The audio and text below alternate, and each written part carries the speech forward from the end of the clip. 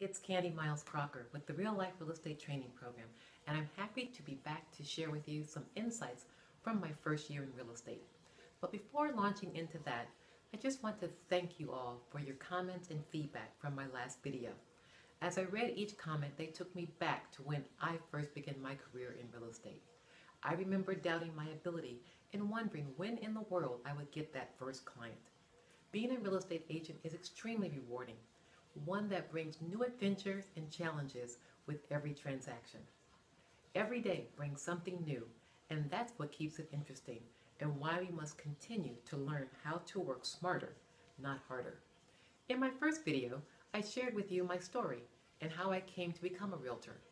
I brought the sum total of all of my life skills to real estate and transformed how I ran my business.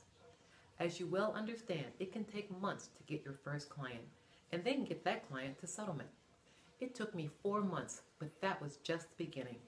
Because I was used to achieving success in the past, I vowed that I would be a success at real estate too.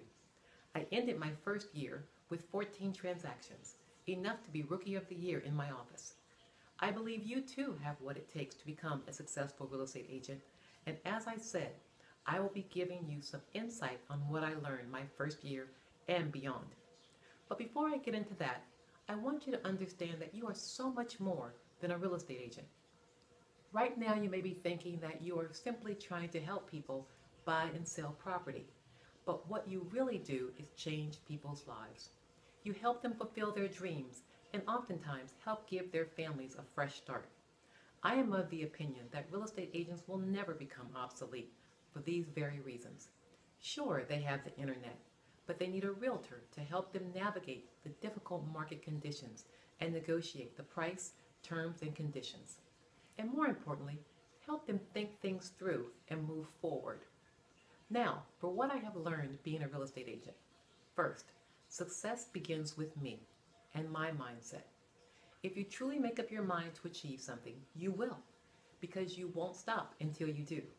And the key to success is consistency. I know you probably have a wonderful home office that you can work from, but I highly recommend going into the office every day. Yes, every day. It didn't matter if I was scheduled for floor duty or not. I was in the office every morning by 9 a.m. Many times, I was in the office before the agent who was actually on floor duty. And if a call came in, guess who got it? Me.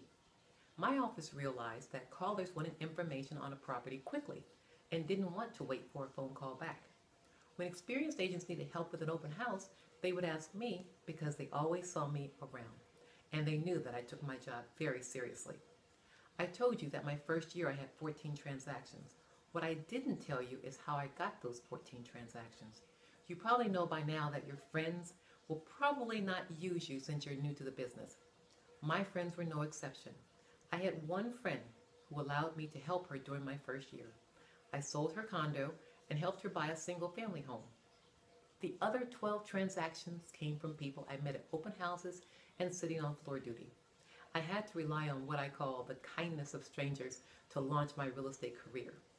My guess is that you will have that same issue. That's why it's so important to go into the office.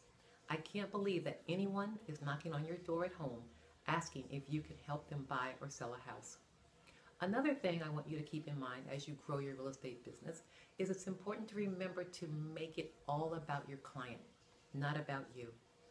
Think about what you bring to the transaction that will make your client's life easier, better. Don't start off a meeting with a new client talking about what a great real estate agent you are or how much you love being a real estate agent. Get them to talk about themselves so you can learn what makes them tick. Have a series of icebreaker questions to ask that will give you some insight as to what kind of people they are and why they are motivated to buy or sell at this particular time. You will be able to use this information throughout your presentation.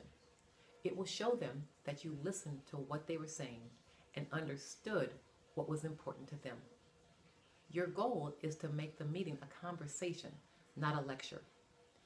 You are getting to know them and they're getting to know you.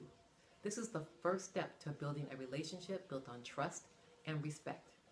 The last insight I want to talk about is not working with everyone who crosses your path. In all of my previous jobs, I had to work with every client. It didn't matter if I didn't like them, didn't respect them, or thought they were just plain creepy. I had to work with them. In my first year, I got a call from a guy who wanted to buy a building. The building was part commercial and part residential. Although that alone should have told me to pass it along to a more experienced agent, I kept moving forward.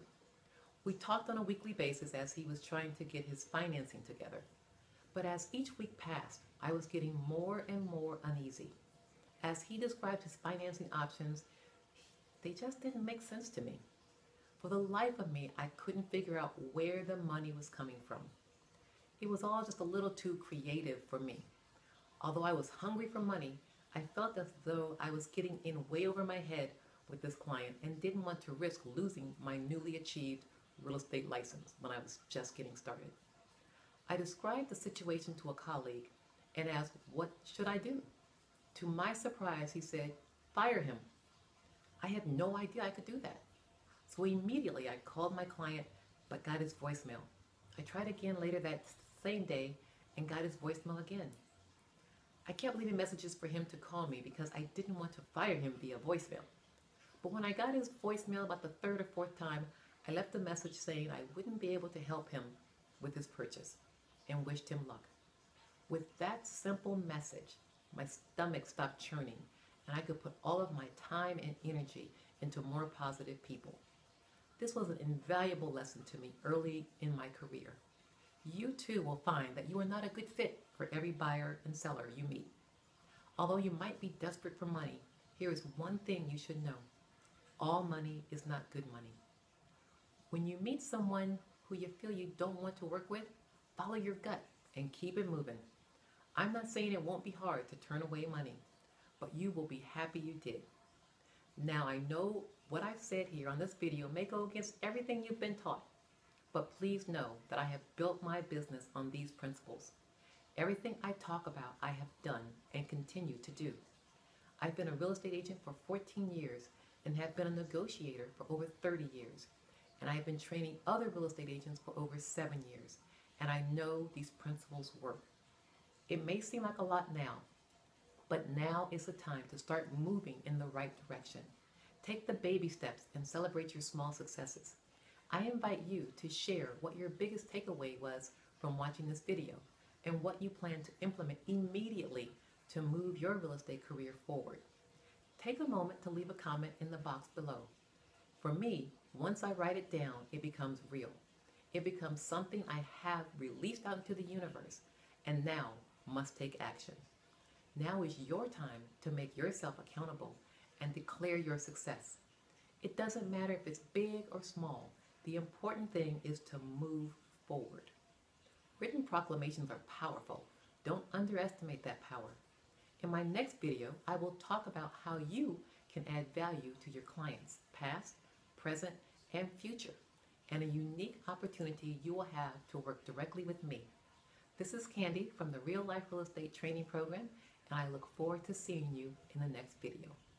What action steps will you take right now to move your real estate business forward?